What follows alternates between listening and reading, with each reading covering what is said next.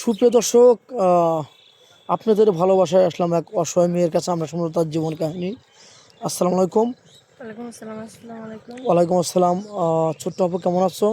আছি আপনাদের দোয়ায় মোটামুটি ভালো। আপনারা কেমন আছেন? আল্লাহ তাআলা খুব ভালো আছে। যাই হোক, তোমার পরিচয়টা একটু বলবা, তোমার নামটা বলবা একটু। আমার নাম মোসাম্মদ বৃষ্টি খাতুন, বাড়ি টাঙ্গাইল বাবুর। মা বাবা কেউ নাই। ও, মা বাবা কেউ নাই। না। তুমি মানুষ হচ্ছে কার কাছে আরেকবার বলো তো? সৎ চাচা চাচির কাছে মানুষ হয়েছি। ও, চাচা চাচার কাছে তুমি মানুষ। হ্যাঁ, সৎ। ও আচ্ছা, যাই হোক, এখন তাদের বাড়িতে আছো নাকি? হ্যাঁ, তাদের বাড়িতে আছি। আচ্ছা, তুমি লাল টুকটুকে শাড়ি পরেছো, তার কারণটা কি একটু জানতে পারি? তো লাল টুকটুকে শাড়ি পরেছি ভাইয়া, দুঃখের একটা কথা। আমার আজকে দেখতে আসছিল, বিয়ে তুলে নিয়ে যাবে। আচ্ছা। কষ্ট করে আমার চাচা ধার দূর করে টাকা ম্যানেজ করে বিয়ের আয়োজন করছে। খানা খাওয়ার পরে তারা আবদার করছে একটা বাইক। তো আমার চাচার তো সে সামর্থ্য নাই। আমার চাচা কান্নাকাটি করতেছে। এখন মনে করেন যে তাদের একটাই কথা, বাইক দিলে বিয়ে করবে, না দিলে করবে না। তো আমাদের তো ভাইয়া সেই সামর্থ্য নাই। সেজন্য শাড়িটা পরছিলাম খুব মনে হাসি খুশি নিয়ে, তো পূরণ হলো না। অনেক কষ্টে আছি, তারা চলে গেছে, আমার বিয়েটা ভেঙে গেছে ওই বাইকের জন্য। ও বাইকের জন্য বিয়েটা ভেঙে গেছে। তার হ্যাঁ, খাওয়া খাদ্য করে একটা বাইক আবদার করছিল, দাবি হ্যাঁ, করছিল। হ্যাঁ। ওই সামর্থ্য তো তোমার চাচার নেই না, নাকি? না, চাচার নেই। তো যাই হোক, মূল কথায় আসে, যেহেতু তোমার বিয়ে ভেঙে গেছে, এখন তোমার পরিকল্পনা কি? এখন কোনো জব টপ করবে, চাকরি করবে, নাকি আবার আমাদের ক্যামেরার সামনে আসছো বিয়ে শাদীর?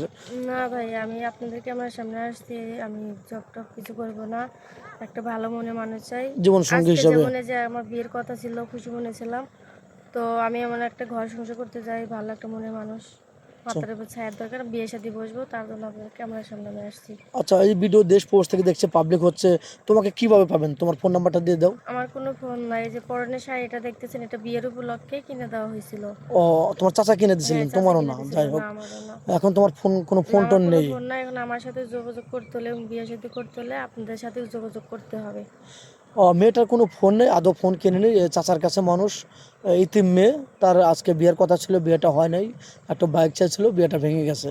তো যাই হোক, আমাদের নাম্বার দেওয়া থাকবে, মানে ইউটিউব চ্যানেল কর্তৃপক্ষের নাম্বার দেওয়া থাকবে। কেউ ভিডিও কল দেবেন না, ভিডিও কল দিলে ব্লক করতে বাধ্য হব। তো যাই হোক, নেক্সটে আসি। এই ভিডিও দেখে যদি কোনো প্রবাসী ভাই তোমাকে বিয়ে করতে চান, সে একটা বিয়ে করেছিল, তার ওয়াইফ চলে গেছে বা মারা গেছে, বা দুটো বিয়ে করেছিল, অ্যাক্সিডেন্ট হয়েছিল, যাই হোক, ওরকম ম্যান হলে কি তুমি বিয়ে বসবে? হ্যাঁ, ওরকম হলেও চলবে, বয়স বেশি হলেও চলবে, সমস্যা নাই। শুধু আমি একটা ভালো মনে মানুষ চাই। কারণ তাকে যেন সারা যেন ভালোবাসা দিতে পারি, সে আমাকে দিতে পারে। আর তার ঘরে যাবো লাল শাড়ি পরে, আসবো সাদা শাড়ি পরে বেরিয়ে। সত্যি বলছো তো? হ্যাঁ, সত্যি বলতেছি। তুমি তো মুসলমান। আমি মুসলমানের বাচ্চা, সত্যি বলতেছি। আচ্ছা, নামাজ কালাম তো পড়া হয়? হ্যাঁ, ইনশাল্লাহ নামাজ পড়ি, কোরআন শরীফ পড়ি আপনাদের দোয়ায়।